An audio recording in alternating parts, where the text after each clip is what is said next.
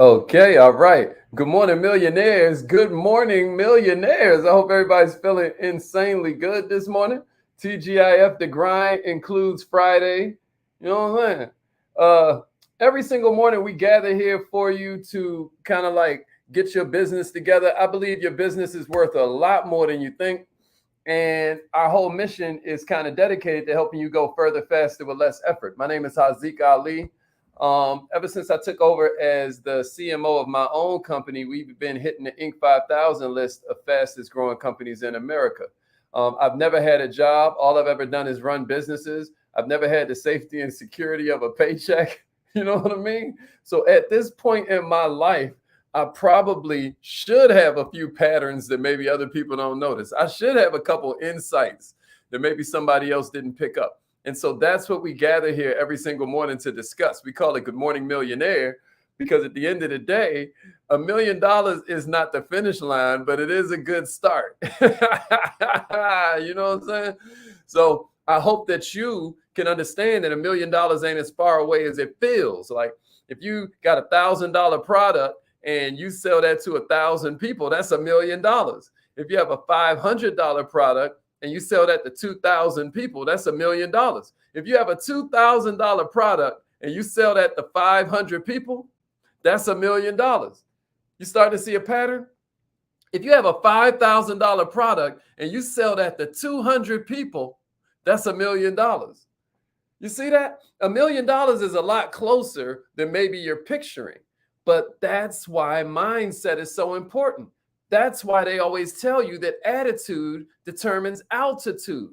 Sometimes you hear me talk about what we call the lifestyle syntax. Lifestyle syntax is real simple, y'all. Yeah, I'm about to give the good morning greetings and all of that. Hey, check it out. Rep your city if you're just checking in this morning. The lifestyle syntax is real simple, y'all. What it says is if you don't like your lifestyle, then don't focus on your lifestyle. Look backwards at your results. If you don't like your results, don't focus on your results. Look backwards at the cause of your results, which is your activity. Oh, but Haziq, my activity just ain't up to par. Well, what you got to do is look backwards at your attitude. And then if you don't like your attitude, you can't just focus on trying to change your attitude. You understand? You've got to focus on changing what causes your attitude, which is called your philosophy. What we do here every single morning, whether we're giving you mindset, whether we're giving you skill set, whether we're giving you heart set, our focus is to bulletproof your philosophy. Our focus is to give you a point of view that eventually makes success inevitable instead of what most people are dealing with, which is a philosophy that makes failure inevitable. If you feel that, let me get some likes. Let me get some comments. Comment where you from and all of that. Share this thing. You know, you get to design your social media page so that it just feeds you the exact content you want. You can change your whole algorithm just by deciding to like a broadcast like this, just by going through and deciding, hey, Facebook, this is what I want to see more of. LinkedIn, I want to see more stuff like this. If you're watching on Twitter, good morning. Good morning. If you're watching from one of the Facebook groups, good morning. If you're listening in on the live line, I want to say good morning, millionaires. Let's check in and get this party started because this morning what we're going to talk about is 3 different questions for any entrepreneur that turn rejection into reflection. We're going to work on your philosophy and how you even look at that word rejection. We're going to transform how you feel when a supposed problem like a rejection pops up. You know what I mean? Because believe it or not, it's your mindset that's deciding that's a problem. Believe it or not, you're the one that's deciding if this is trash or treasure. You're the one that's deciding if this is a failure or a learning opportunity. You got what I mean? So we're going to change that around this morning. Yeah. What's up, Alan? Good morning, bro. Make sure you share this thing with 3 people. Come back and holler. Done. DJ Jamad in the house. Good morning, King. Hope you're feeling good. Vita Lachey. Yeah, Queen. Yeah, what's up, Kenya? Good morning. Nashville, Tennessee is in the house. Let's go. My man Damon Ivory's in here. Brooklyn, New York. Samaya. Good morning, Samaya. What's up, Miss Mandy? Let's go. Man, let them know. Let them know. Hit your share button. Let's get it. Let's get it. All right, y'all. So what we're going to do this morning is talk about rejection because rejection is inevitable. I know that's kind of like a cliche, but it's true, right? That's how a lot of these things become cliches because it's true. But there are 3 insane questions that you should add to your notes, that you should add to your power book, that if one gets into the habit of being rejected, this can drastically improve your chances of success the next time.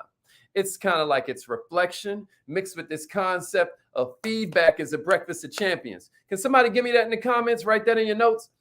Write this as a caption and then share this on your timeline. Feedback is the breakfast of champions. Feedback is the breakfast of champions. Feedback is the breakfast of champions.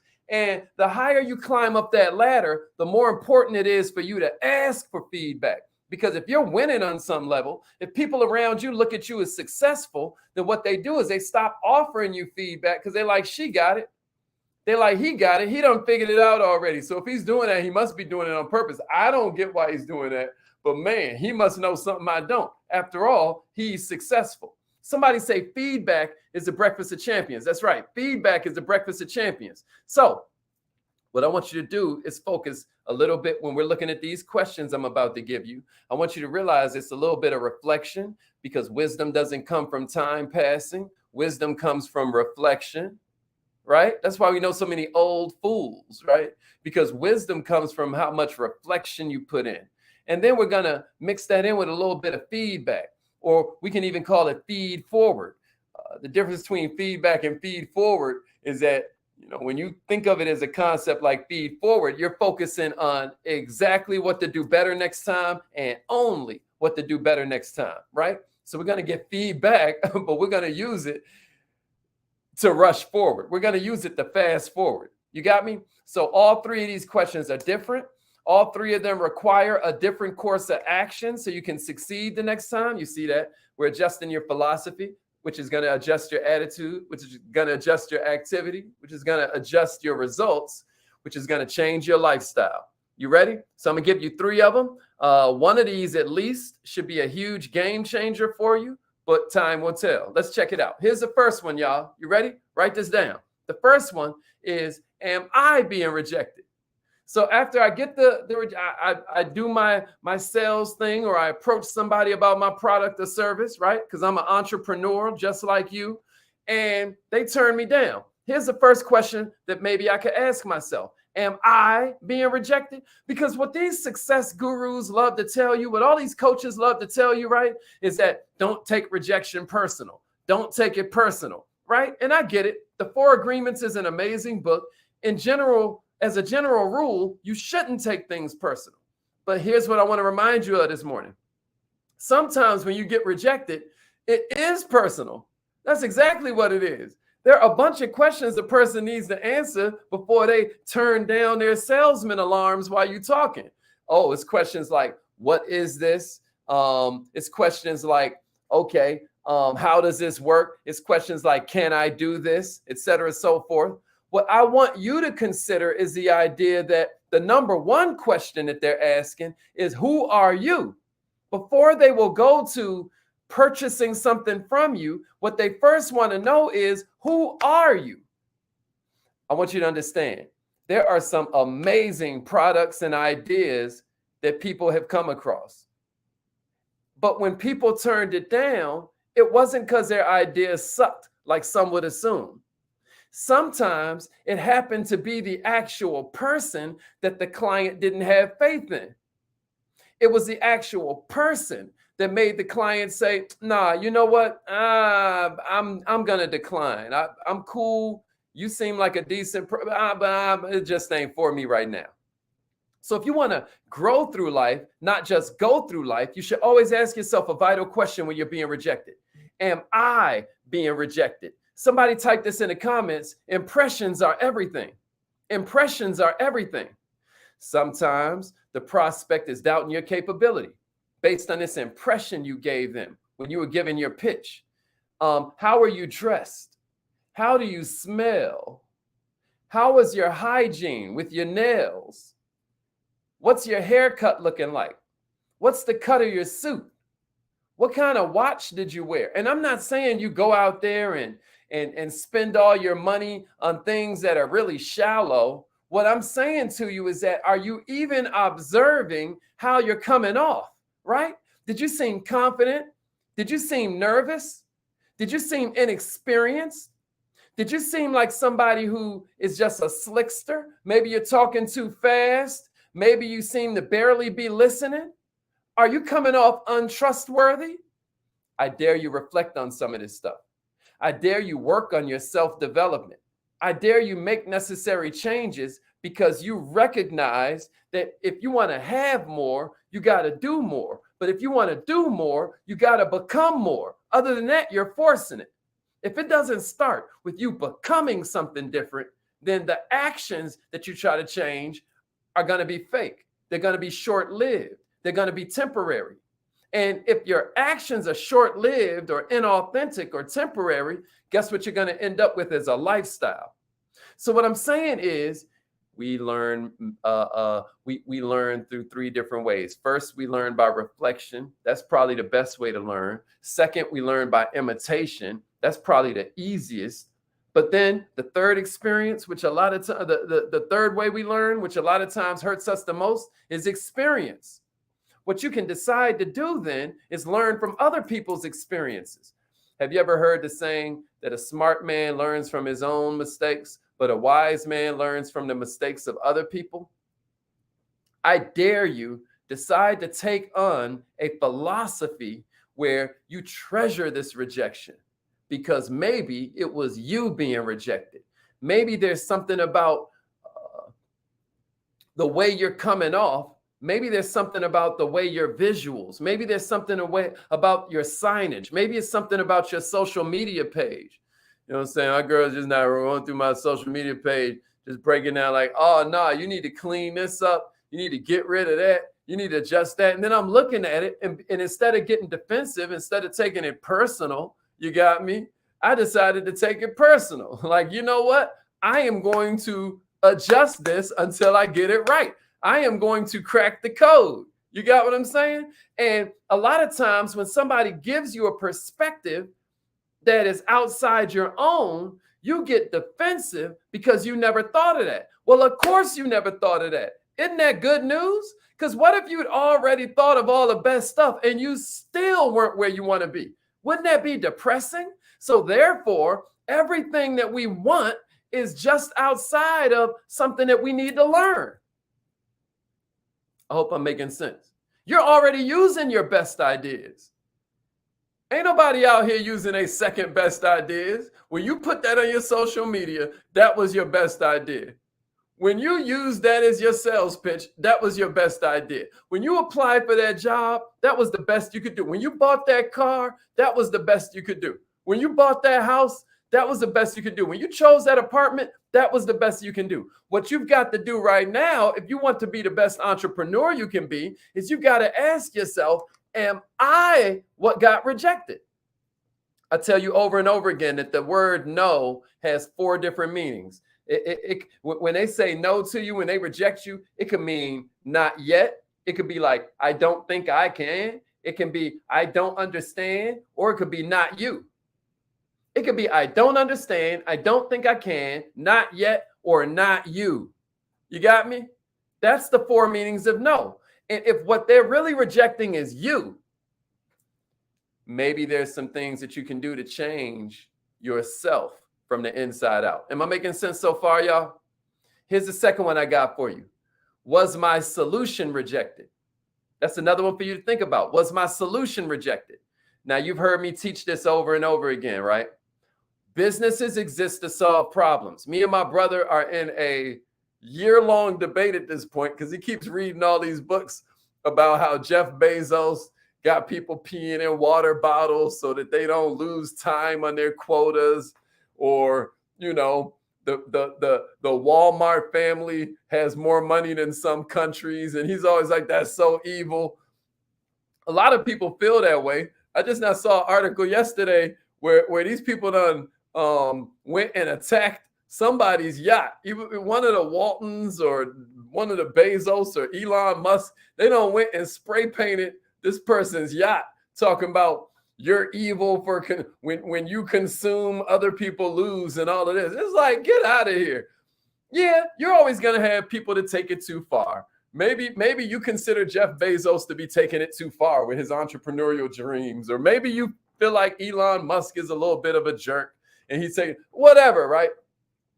Just like in sports, you got a Michael Jordan. Just like in sports, you got a Tiger Woods. There's always somebody who's sacrificing their personal life. You got a Kobe Bryant, sacrificing going to the club, sacrificing watching that TV show because they're focused until it's an obsession on getting better. That's different from saying entrepreneurship is bad. What's bad is illiteracy. What's bad is ignorance. What's bad is an education system that leaves you woefully unprepared for real life. That's what I'll call bad. But the idea of entrepreneurship is based around one thing. What problem are you solving? If I have mink coats and I'm trying to sell them on a beach, I'm going to be poor. Why? Because mink coats are solving the problem of being cold, and nobody on the beach is cold. You got what I'm saying? So the second question I got for you is, you should ask yourself, was my solution rejected? A lot of times, the story you told or the vision you attempted to cast, it didn't resonate with the person on the other side of the table. They don't see what problem it would solve. They don't see the problem it solves as being something that they care to solve. You ever bumped into your homegirl and you're like, that dude is a jerk, but she loves his dirty drawers? It don't matter that you see he's a problem. It don't matter until what? She sees it's a problem. You ever bumped into your homeboy and you're like, bruh, she is not the one. The way she talks to you, the way she handles you, the way she deals with you, but he loves her dirty drawers. You see what I'm saying? It don't matter that you see that she's a problem. It only matters once he finally sees that she's a problem. Am I making sense? A lot of times that's what you're doing. You're falling for smoke and mirrors. They tell you that this is their problem. You assume that this is their problem, and you talk like Dr. Martin Luther. I'm talking about you so eloquent and articulate, and it's all describing the exact wrong thing. I dare you ask yourself, right? Was my solution rejected? A lot of times the person across from you, if you'll just listen to them, they'll tell you exactly why they don't believe in your product or service. They'll tell you exactly why they don't want to buy your product or service. Maybe they didn't see a market for it. Maybe it was too complex when you were describing it. Either way, if your idea is the cause of the rejection, it's time to go back to the drawing board. It's time to make some changes based on that feedback so that you can fail forward, right? It's time for you to listen to the problems that were given and ask yourself questions so that you can grow from that. Just like the saying, your most unhappy customers are your greatest source of learning. What I'm trying to tell you right now is there's no such thing as failure. There's only feedback. Every reason given for why your idea won't work is the best place for you to begin when you start making improvements. Am I making sense? Here's the third one I got for you. You ready? Was my price rejected? Was my price rejected? Unfortunately, we live in a society where a lot of people make decisions based on price alone. They make their choices based on price without considering anything else. And I would argue this is a bad way to go about business, because now you're missing opportunities that can help you grow, but it happens. Whenever I hear an objection for price, let me see who out there is millionaire minded, right? What is the first rule of dealing with objections? What's the first rule? Anybody know? What's the first rule of dealing with rejection? What's the first rule, y'all? What's the first rule of dealing with an objection, or somebody gives you some sort of excuse for why they don't? What's the first thing we do? We agree, right? We always agree first.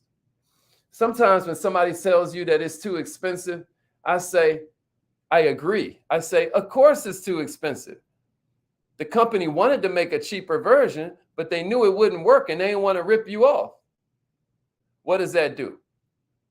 that without me saying it shows that, yeah, I agree. So there's no need to put your defenses up. Secondly, it talks to them about what the quality, now the quality of the product or service is implied, right? And then thirdly, it shows them that I'm confident and secure in what it is that I'm offering them. I am certain. Remember earlier this week, we were talking about certainty.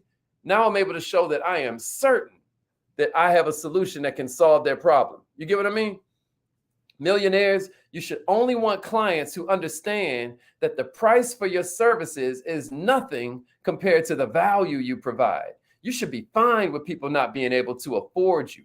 Even if your idea is bulletproof, you're going to encounter penny pinchers. If everything was based on price, you would go outside, you would stand on a street corner, and you would see nothing drive by except Honda Accords.